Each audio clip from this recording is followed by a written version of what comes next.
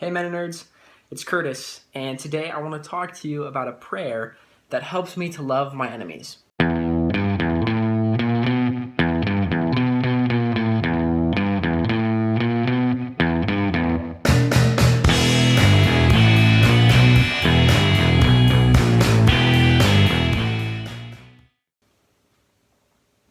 So, Deborah just talked about a prayer that she'll often pray in the mornings, and this made me think about some of the different prayers that I've prayed frequently throughout my life.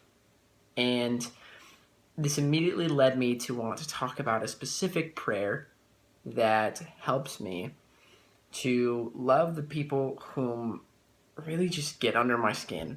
I think we all have those people that kind of rub us the wrong way. And I've found there are three things in particular that I'll pray about that help me to kind of move beyond that. The first thing is I pray that God would help me to get a view of this person as he views them. So, where I will initially think, mean, arrogant, these sort of descriptive words, I ask for God to replace them with things that he would see them as loved, cared for, valuable, precious. I ask to be able to see them in this light.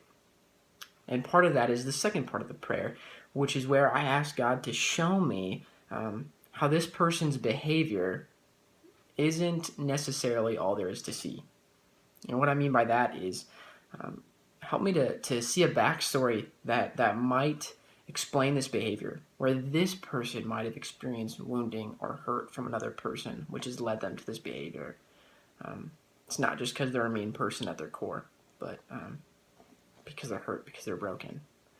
And the last thing is I ask God to show me tangible ways that I can enter into their life and love them well.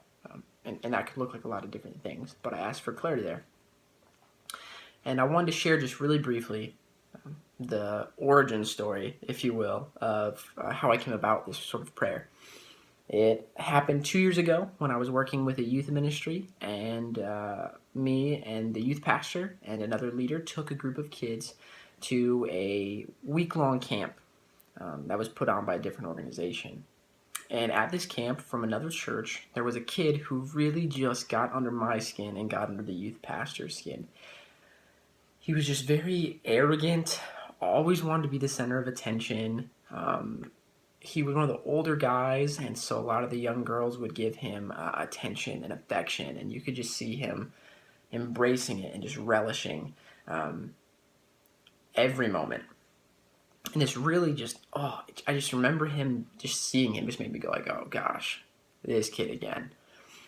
And the youth pastor and I would even kind of talk bad about him, sometimes a little bit even around other kids. And in that moment, it was almost as if God really gave me a heart check and said, Curtis, you don't know this kid. You don't know him like I know him.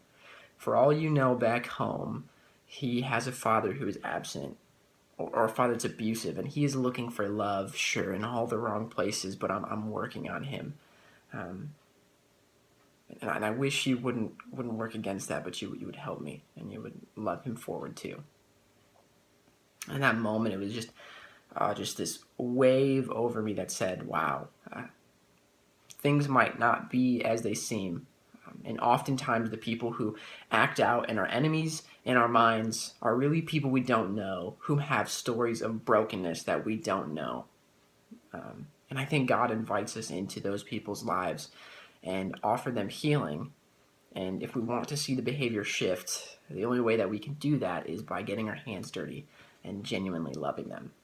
So this prayer has helped me so much. I hope that it helps you. I hope that in some way God will use it to stir up your heart toward the people whom you might have considered enemies. Till next time, grace and peace.